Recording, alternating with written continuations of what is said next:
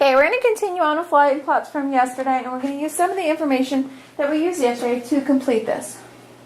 So the problem on page 236 says, look at the line plots of sticker widths that you made on the previous page. So this was yesterday's page, so I'm just going to go ahead and refer to it very briefly so that you can have a reminder. Yesterday we were looking at this. It gave us some data to record, and we had looked at the denominators, and we were trying to determine what am I going to make my line plot in terms of. When we looked at those denominators of 8 and 4, we determined that the common denominator would need to be 8.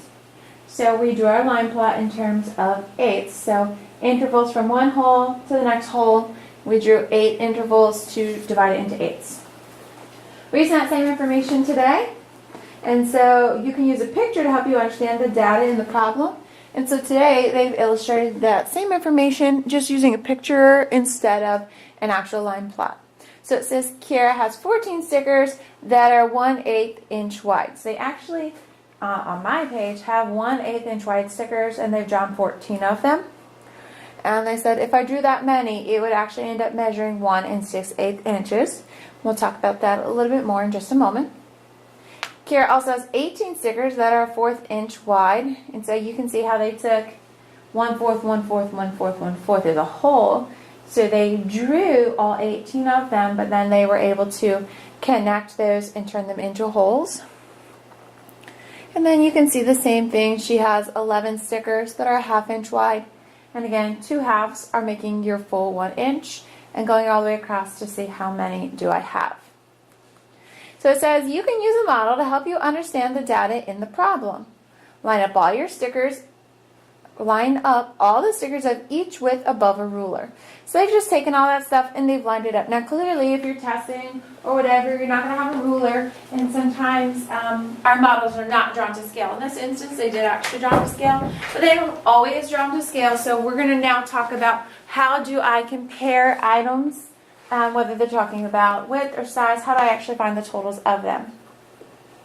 So go ahead and turn on to page 237. Yeah, that way. Down and over. Okay, so when I'm looking at page 237, it says now you will solve the problem from the previous page using the line plot. So when I look at number 8, it says how wide is the row Kiera can make with the 1/8 inch stickers. So I'm going to demonstrate this on a separate sheet of paper because, us math people, we only got one ready book, whereas those reading teachers, they get like tons and tons and tons, and we get one. So if I want to find the width of the 1/8 inch stickers, I'm going to go back and figure out using either your table from yesterday, which was on this page here. That was my table from yesterday.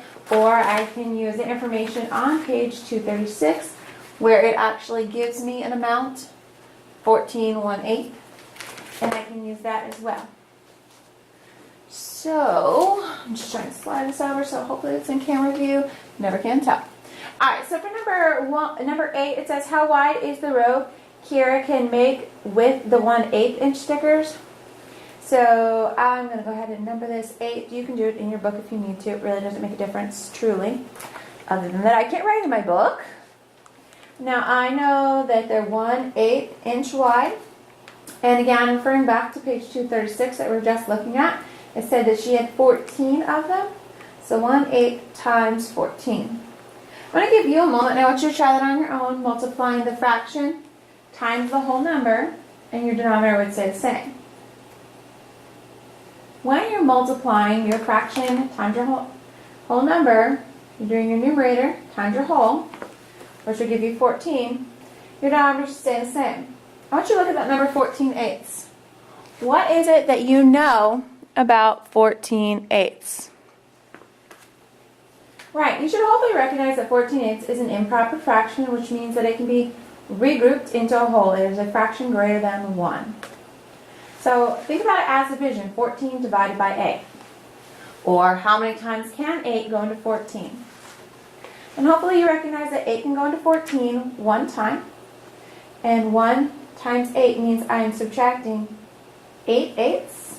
And when I do 14 minus those 8, I have 6/8 left over. So the total is 1 6/8. However, what do I also know about 1 6/8? Right, 1 6/8 is in fact equivalent to 1 3/4. I could divide my numerator and my denominator both by 2, and I would get 1 3/4. And again, if you were to go back to page 236 and look at that picture, you can see that illustrated pretty well when you're comparing it with the ruler, that they also got that 1 3/4.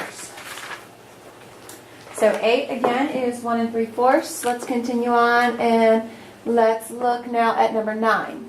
It says, can she make a 5-inch row with the 1/4 inch stickers? Explain.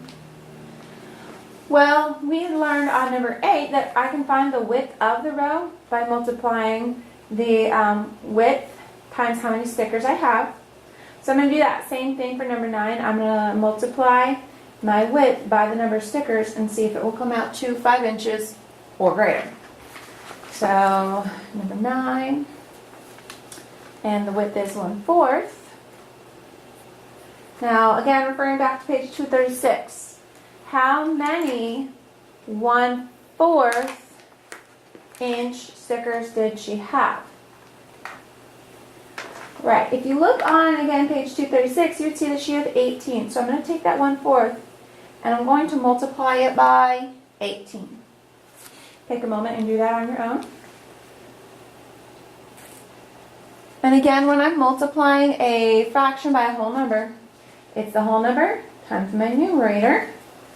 And my denominator stays the same. And again, the reason being is because 18 whole is the same thing as saying 18 over 1. 18 divided by 1 is still 18. So again, whole number times your numerator would be 18.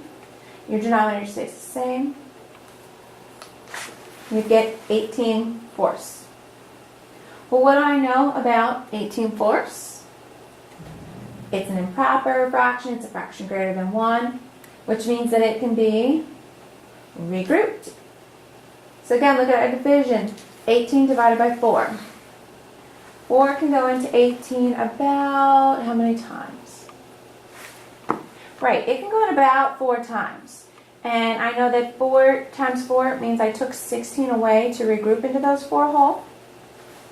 So when I had that 18 and I took the 16/4 away, I now have 4 2/4 left over.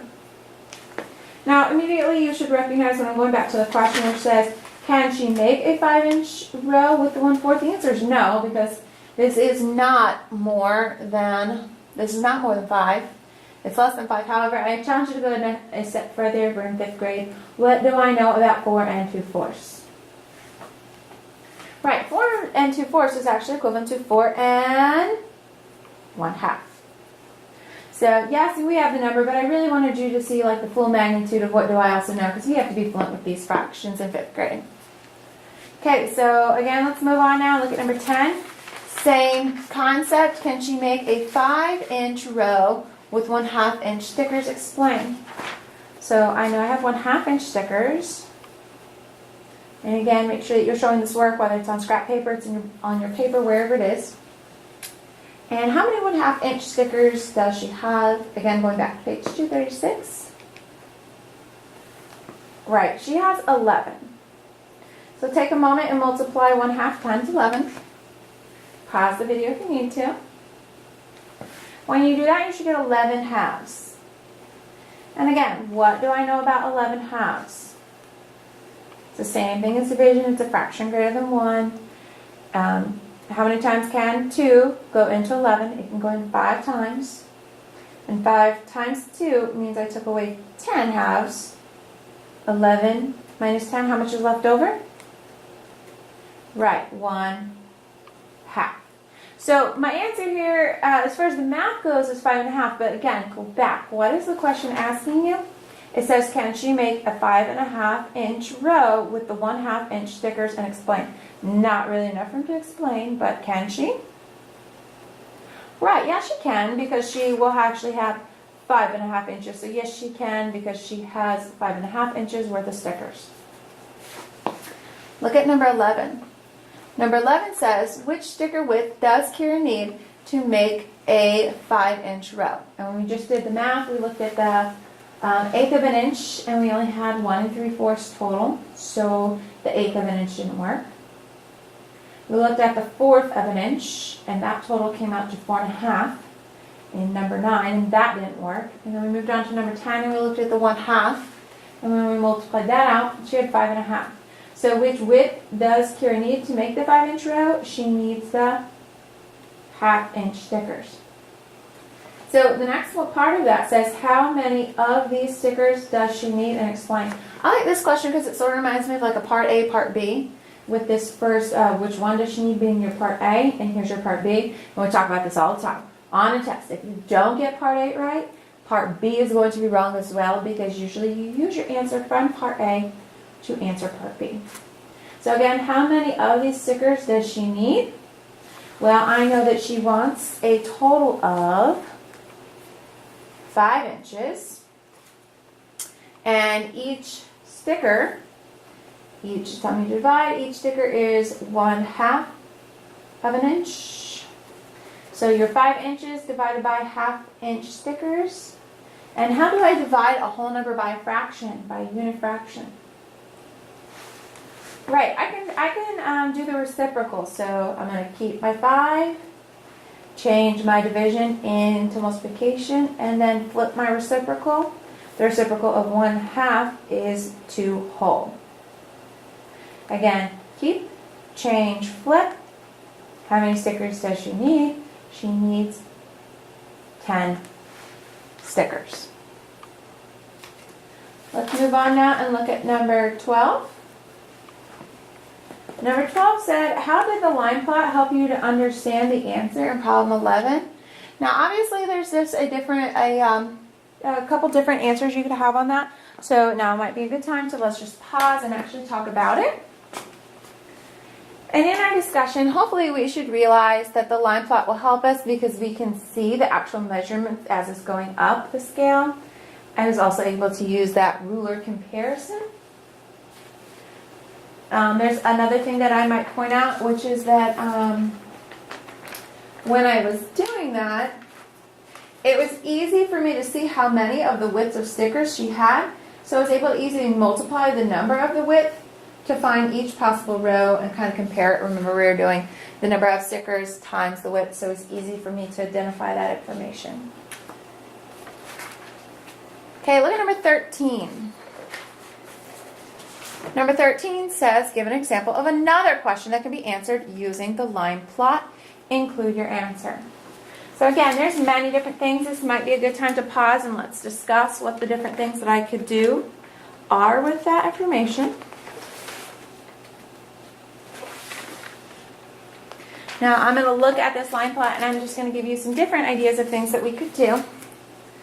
So here's the line plot that we looked at yesterday. I'm trying to zoom in, but you know, my directionality is not great, so don't be hating. It is what it is. So there are different things that I could look at using this. I could say what is the difference between the greatest width and the least width. So 1/2 minus 1/8. And when I'm doing 1/2 minus 1/8, I know that I need to have a common denominator, which would be eighths. So 1/2 is equivalent to how many eighths? I know that 1/2 is actually equivalent to 4/8. So 4/8 minus 1/8, the difference between the widest, the one with the greatest width, and the one with the least width would be 4/8 minus 1/8 would be 3/8. I could also compare totals by taking my fraction and multiplying it by the number and then subtracting. So just different kinds of things that you could talk about. You could talk about where is the distribution heaviest, and I can see it is between the 1/8 and the 1/4. Just again, many different things that you could talk about on your comparisons. Continuing on, looking at the next question. Let me zoom out again so we can see it.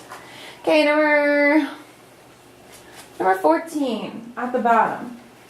says to try it. Use what you just learned about using data in line plots to solve these problems. Show your work on a separate sheet. So good thing I've been using a separate sheet. Who knew? Okay, number 14 says, how many times the amount of sugar in 1 gallon of the least sugary drink is the 1 gallon from the most sugary drink? And again, it's actually referring back to the try it line plot that you used yesterday. So I'm just going to show it to you. This was the line plot that we constructed yesterday, and it's asking me to compare the most sugar to the least sugar. How many times greater is it? So my least sugary drink was 1 cup times how many times greater, and my most sugary drink was 3 1/4. So I need to figure out how many times greater was my least than my greatest, so I could multiply what times 1 would equal 3 1/4. It's pretty plain to see that when I'm multiplying by 1, and my answer is going to stay the same, so it needs to be 3 1/4. But on a more tricky question, you could also rewrite it as division, 3 1/4 divided by 1. And again, it's still 3 1/4 cups. So how many times greater? Think about it as a comparison. Here's my least times how many. It doesn't tell us how many. That's what we're needing to solve for. And then it's equal to my greatest. My least times what is equal to my greatest. And let's continue on. Let's look at number 15. Number 15 says, suppose you take all the sugar in 1 gallon of each of the 3 most sugary drinks and split it equally among them. How many cups of sugar will be in each gallon? So I love this because it's a word problem, and you know I like to use cubes, but I can't write in this book, sorry. So suppose you take all the sugar in 1 gallon of each of the 3 most sugary drinks. So I know I'm going to be looking at the 3 drinks that have the most sugar, which when I'm looking at my line plot, have the most sugar. Here's 1, 2, 3. These ones have the least, and I need 3 that have the most, so it's going to be those 3. So those 3 I have, I'm just going to write them down so that I'm kind of collecting my information as I'm going. I have 2 that are at 3 1/4. And then I've collected 1, and I've collected the second one at 3 1/4. And then the third one with the most greatest is right here. Now I'm not really sure what this one represents. So again, looking at what is my line plot being divided into, counting my intervals, 1, 2, 3, 4, 5, 6, 7, 8. It's divided into eighths, so how many eighths is this? 1, 2, 3, 4, 5, 6, 7. It's 7/8, but it's not just 7/8, it's 2 7/8. So let me add that one, 2 7/8.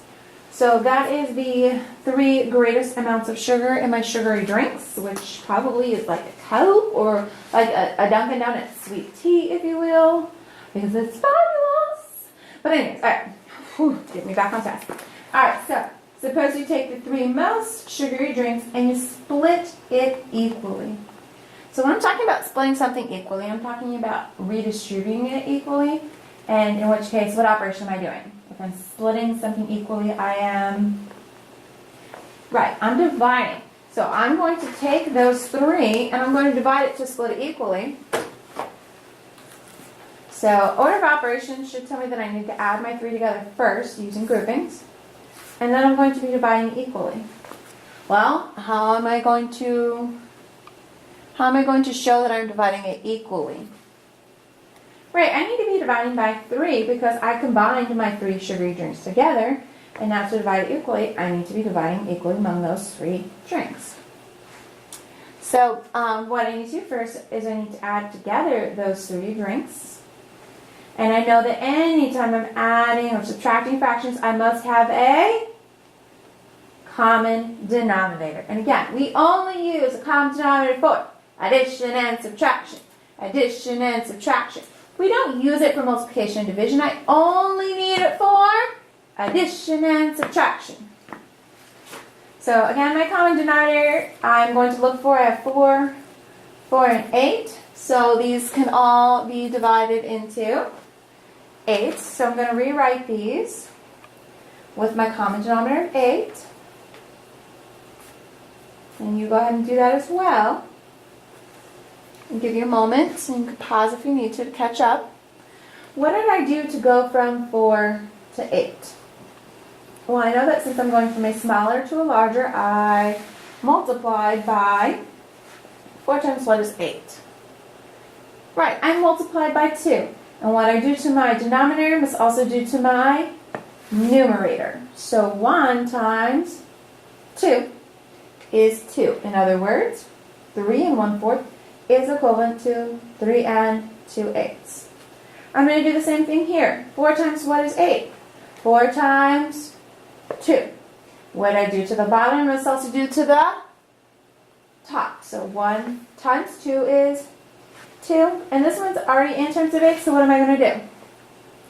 Right, I'm going to drop it straight down. So now I've created an equivalent expression using equivalent fractions. So I really haven't performed any operations other than that I've made sure I have common denominators.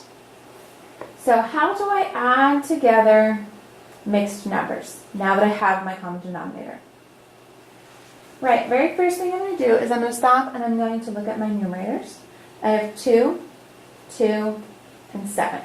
So 2 plus 2 is 4. 4 plus 7 more is 11. And again, your denominator would stay the same, so 11 eighths. And now add my whole. 3 plus 3 is 6.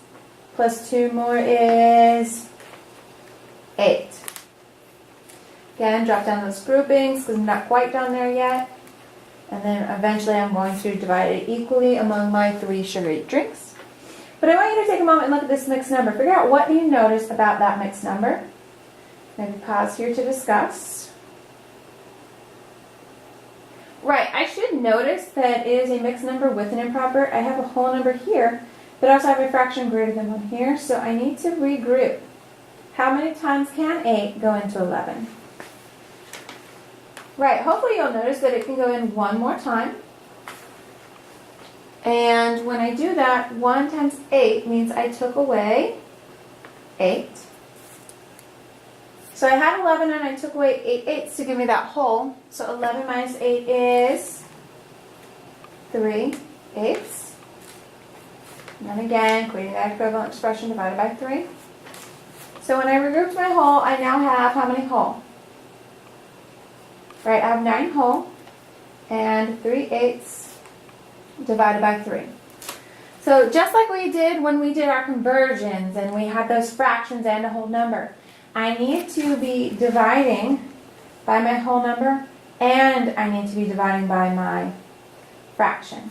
So I'm going to rewrite this as 9 divided by 3 plus my 3 eighths divided by 3. And again, remember, we did the exact same thing when we were doing our conversions. I have to do it with my whole number and with my fraction part. So easily I can do 9 divided by 3 is 3. And 3 eighths divided by 3. Same thing as we do with multiplication. We're just dividing that whole number by our numerator. 3 divided by 3 is 1, and your numerator would say the same, 1/8. Or your denominator would say the same, 1/8. If you didn't recognize it that way, we know with fractions, when I want to divide a fraction, I do keep, change to multiplication, and flip to my reciprocal. Keep, change, flip. So I would do, when I'm doing that, I would then do my numerator times my numerator. So 3 times 1 is 3. And then my denominator times my denominator. 8 times 3 is 24. And then going to, well, what do I know about 3/24? Well, I know the only factors for 1 are 1 and 3. So can 24 be divided by 3? Right, how many times can 24 go into 3? Hopefully you'd recognize that they can be both divided by 3. So 3 divided by 3 is 1. And 24 divided by 3 is 8. So my final answer would be 3 and 1/8. Again, I'm going to repeat what I did, so I want all pencils down and all eyes on the screen. Okay, I used my line plot from the previous day with what I had drawn, and here it is for reference. And when I did that, I took my 3 drinks with the most sugar, so 1, 2, 3, and I added them. 3 1/4 plus 3 1/4 plus 2 7/8. I took them and wrote them all together. And I knew that I needed a common denominator, so I turned them all into equivalent fractions with a denominator of 8 by multiplying my numerator and my denominator both by the same number. Once I created those equivalent fractions, I added up my numerators 2, 2, and 7, and I got 11/8 plus my whole 3, 3, and 2 gave me 8. So 8 and 11/8. I realized that I can't have a mix with an improper, so I had to regroup. 8 could go into 11 one more time. And so when I did that 1 times 8, I had subtracted 8. 11 minus 8 left me with 3/8. So now in reality, I have 9 and 3/8, and I need to take those total of the 3 sugary drinks and redivide equally among the 3 drinks. So anytime I'm dividing by a mixed number, it's going to be the whole number and the fraction I need to consider. So 9 divided by 3 and the 3/8 divided by 3. 9 divided by 3 we knew very quickly was 3. And then 3/8 divided by 3, I could either do my numerator divided by my 3 whole, which would have given me the 1/8, or I can do keep it, change it, flip it, and just redo it as multiplication, and coming up with that final answer with that least common denominator. 3 and 1/8. That is it for today. Thank gosh nobody walked in my room on me this time. So, yay me! Have a great day. Math rules!